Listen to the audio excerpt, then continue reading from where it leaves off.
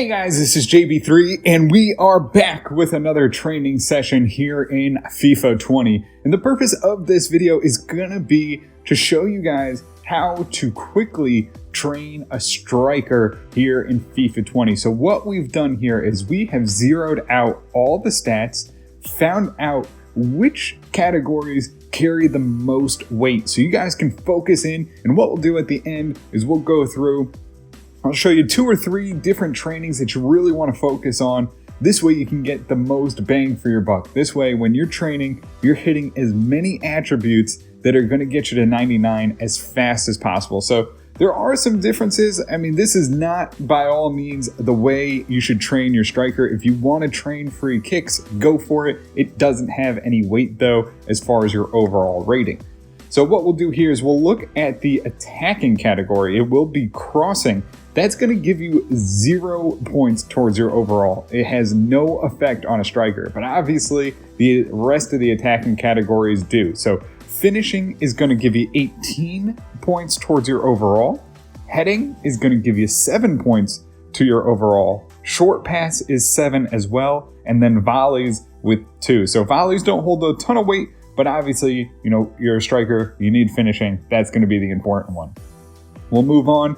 Obviously, defending, 0. If you're training your striker on defending, I don't know what you're doing, but you want to skip that part for everything else. For skills, you want to take a look. As we mentioned, free kick doesn't have any real effect. Long passing doesn't have any effect, neither does curve, but dribbling will give you 7 points, and then ball control gives you 10 points towards your overall. So if you had everything else on 0, but ball control on 99, your striker would in theory be a 10 overall. So we'll move on. Now we have power. Shot power, obviously going to be a big one. It's 10 points to your overall. And then strength is going to be 5 points to your overall. And a long shot is going to be 3 points to your overall. And don't worry, all of the totals and values will be in the description as well if you guys want to see it written out. We'll move on to movement. A couple, average ones, and again, it does depend on how you want to carry it.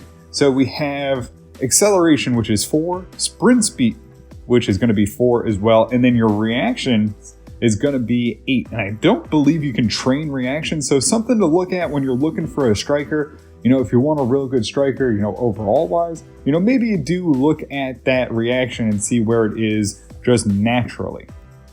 And then we have our final one, which is positioning in the mentality category. That's going to be 11 points overall. So that is how everything is weighted with your strikers. So let's get into the training sessions and see which ones are going to get you to that 99 as fast as possible. So for your striker, the training sessions you're going to want to look at is your attacking scenarios, and you can obviously change this depending on maybe how good you are. If you want to get an A, it's going to help you out a little bit more, but these are the categories. It's going to hit 4 categories. It's going to hit attacking position, which is going to be 11 points. It's going to hit your finishing, which is obviously your biggest one, which carries an 18-point value towards your overall.